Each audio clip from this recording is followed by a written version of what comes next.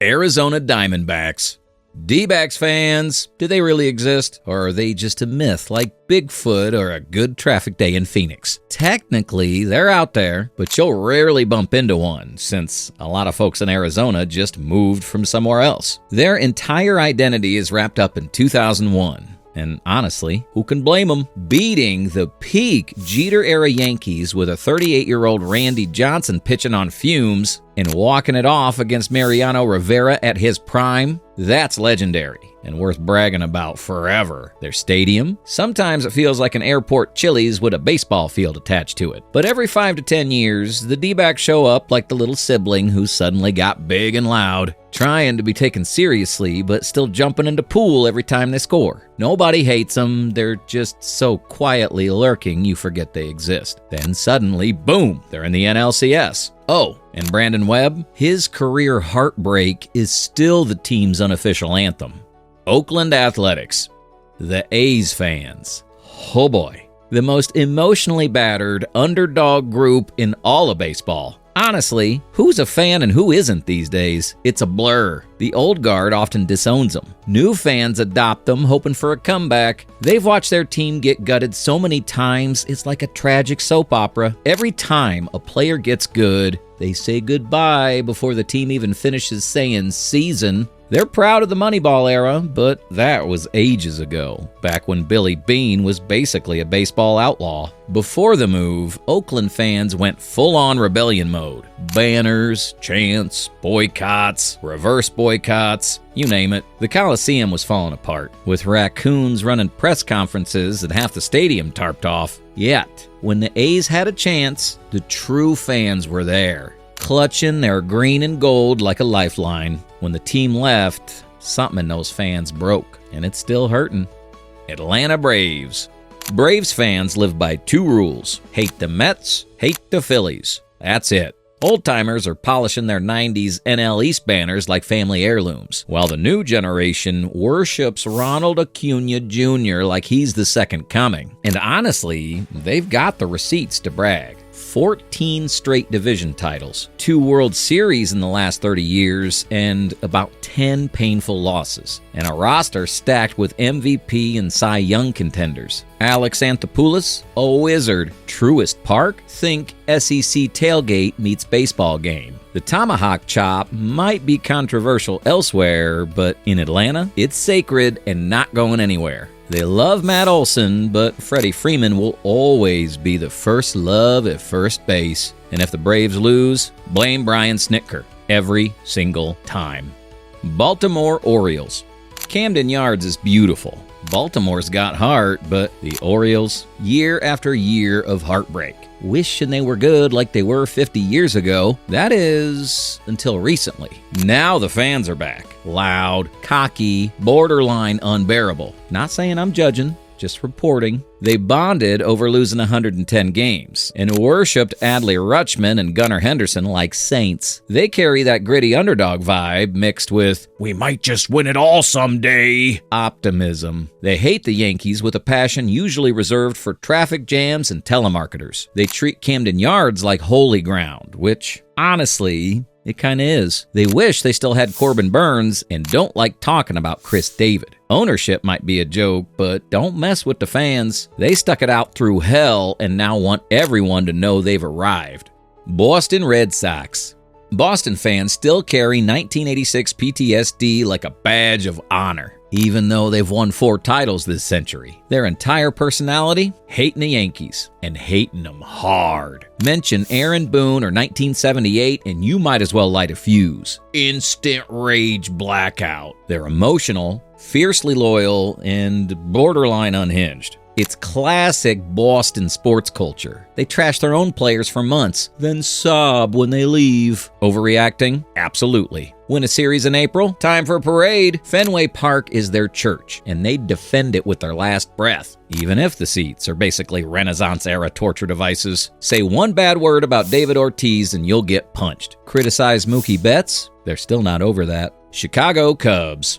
used to be the lovable losers. Cubs fans now don't quite know what they are. 2016 was the year the world changed, finally winning something after a century plus of trauma and heartbreak. They still pack the park religiously, half the crowd drunk by the third inning, even when the team's meh.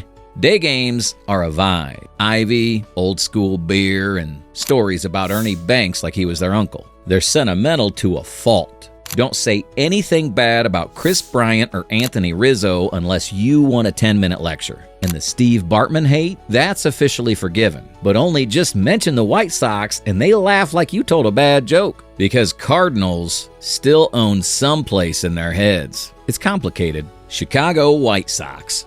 The White Sox are the drunkest fan base in baseball, and honestly, can you blame them? They got a chip on their shoulder bigger than their pizza slices, sick of being second fiddle in their own city, tired of bad ownership, and exhausted from hearing about the Cubs all the time. They claim to be tougher, grittier, and way more real than their North Side neighbors. And honestly, there's some truth there. Raised on Ozzie Guillen quotes and mid-2000s glory, they're now stuck watching the worst season ever. They hate Jerry Reinsdorf with a passion. Outside the Dodgers, Mets, and Yankees, every fan base thinks they have it worse and hates their owner too. But when things click, Southside crowds turn into raucous parties. They'll fight you in the parking lot to honor Tim Anderson and then complain about Louis Robert. It's chaos, but it's their chaos.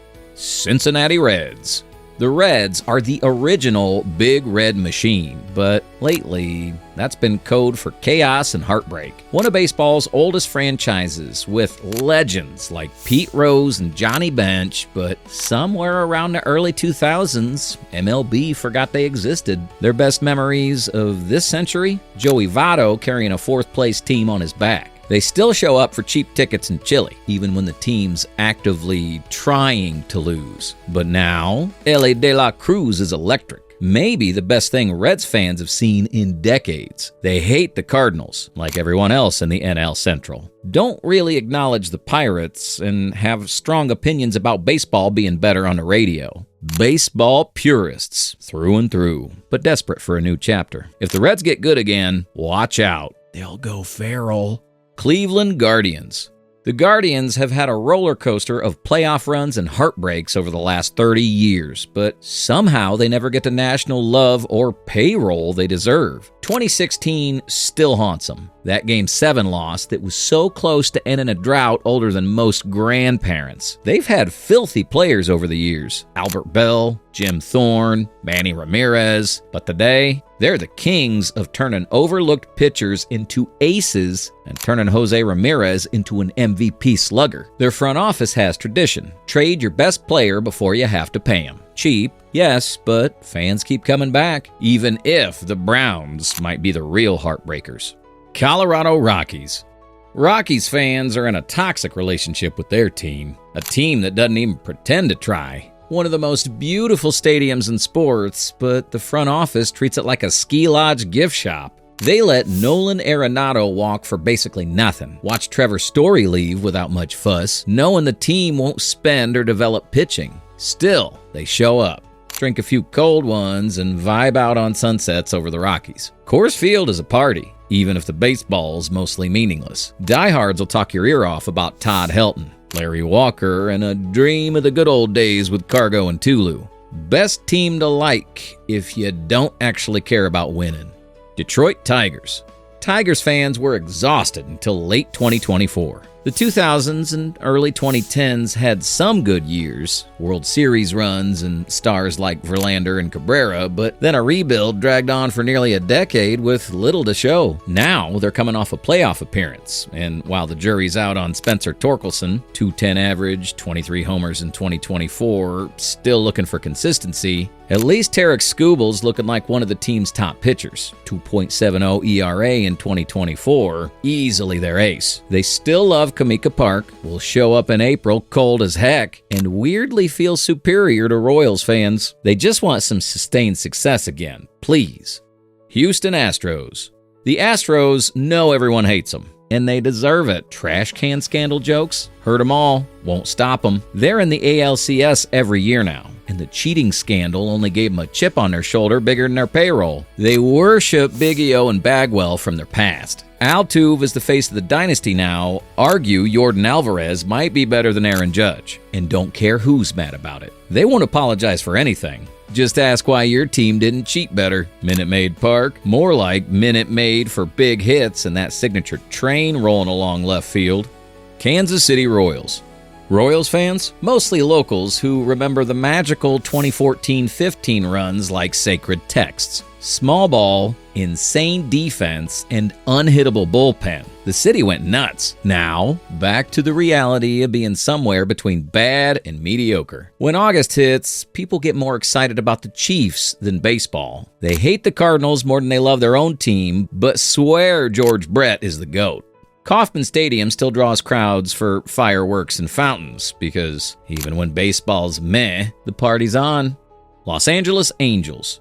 Angels fans live in a constant state of baseball-related existential crisis. Mike Trout and Shohei Ohtani, two all-time talents, but never a playoff win with either. They had Vlad Sr., witnessed epic home runs, and watched their team throw money at washed-up stars while the farm system rotted. They envy Dodgers fans and try not to talk about it. Their fan base split between miserable souls and those who somehow still enjoy the chaos. One thing they agree on, Artie Moreno is the worst. Los Angeles Dodgers.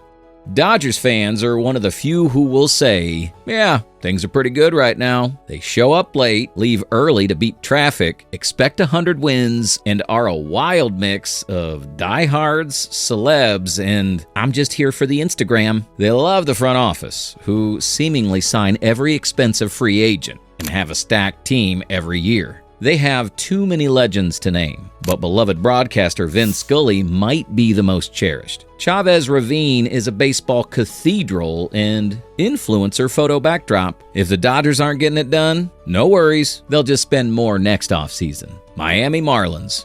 Marlins fans are rare, like really rare. They've won 2 World Series, but are always near the bottom in attendance. But them true fans, diehards to the bone. Their history's wild with great players who weren't there long. Miguel Cabrera, Gary Sheffield, Kevin Brown, and more. They watched Yelich, Real Muto, Stanton, and Ozuna thrive elsewhere. The stadium feels soulless. They never won a division and are stuck in a never-ending rebuild. But hey, true fans stick it out. Milwaukee Brewers.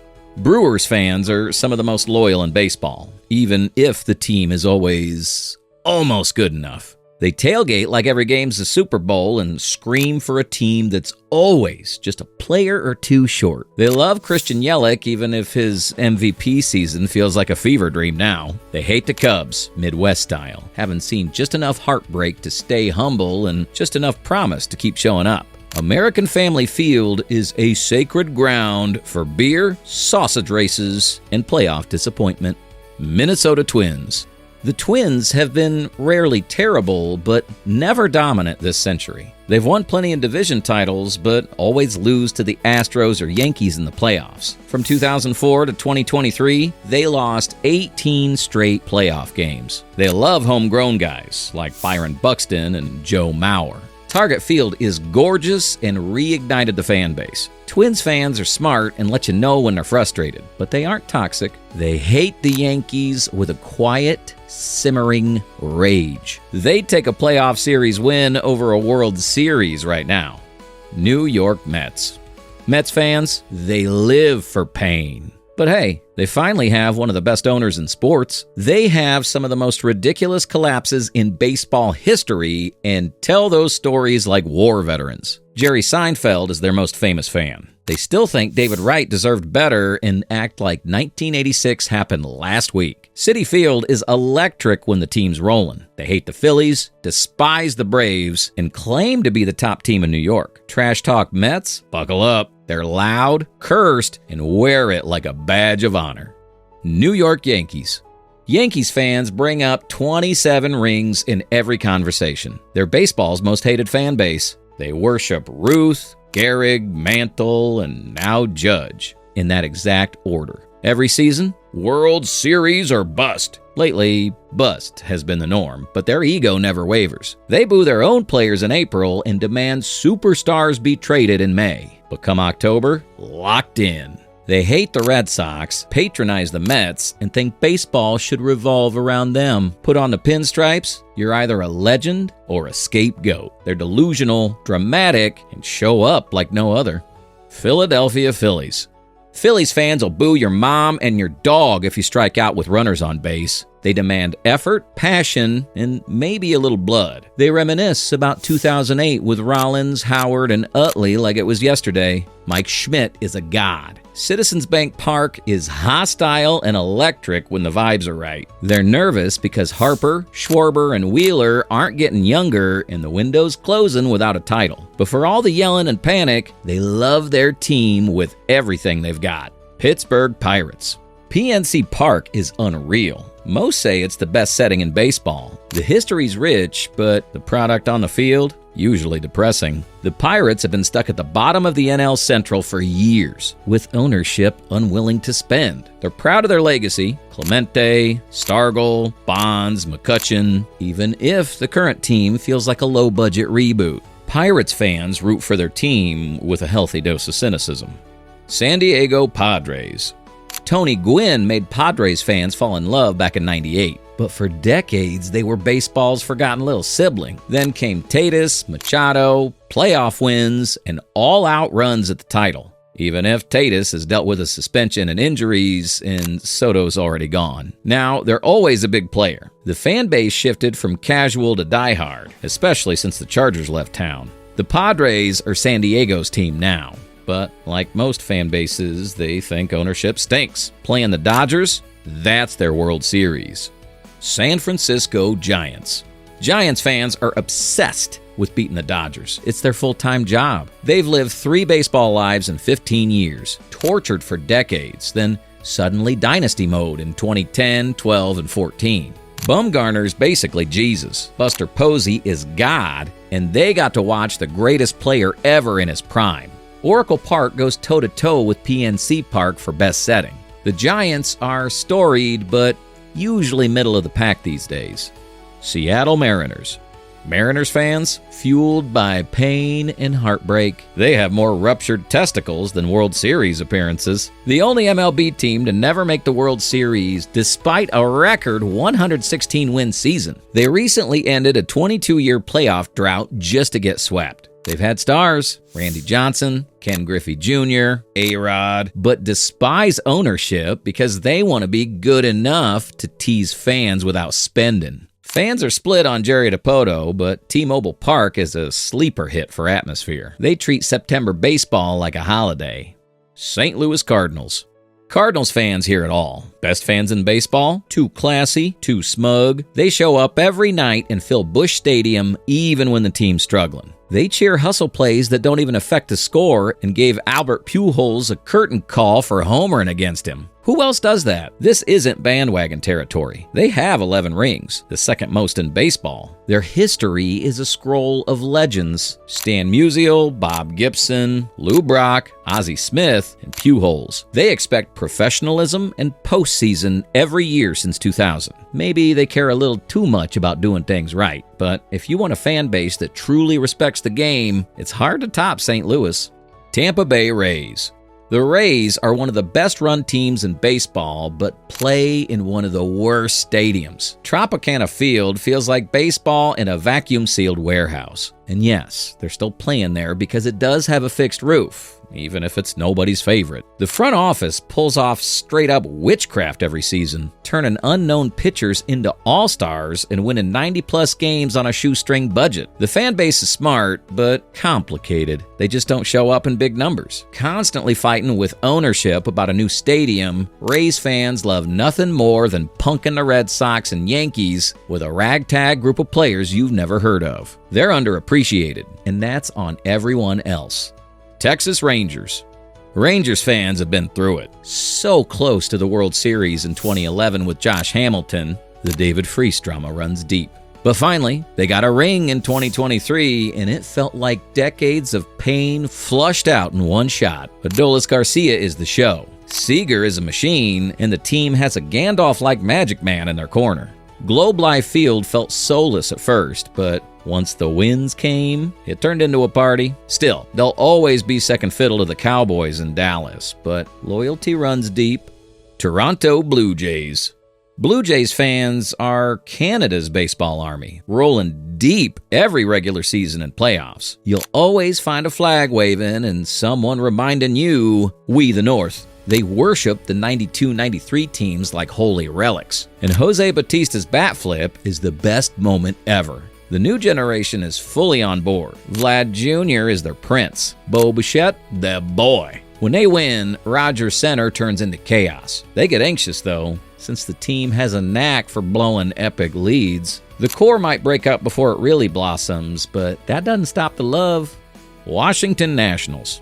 The Nationals used to be the Expos, though who even remembers that? Nationals fans were riding high after that magical 2019 World Series run, pulling off the impossible against the Astros. But then, poof, Harper left, Strasburg retired, Soto got traded, and now it's rebuild time again. They've always had a weird DC vibe, a little political, a little picnic. Not the wildest baseball town, but fans are patient and optimistic, hoping lightning strikes again soon. Nationals Park still draws a crowd, but it feels more like a gathering than a battleground. Which MLB fan base do you vibe with the most, and why? Are you riding high with a dynasty or holding on through the rough years? Got any wild fan stories or hot takes about your team's quirks? Drop it all in the comments. And hey, if you could trade your team's entire roster for any other franchises, who would it be? No judgment, just pure baseball chaos. Looking forward to reading your takes.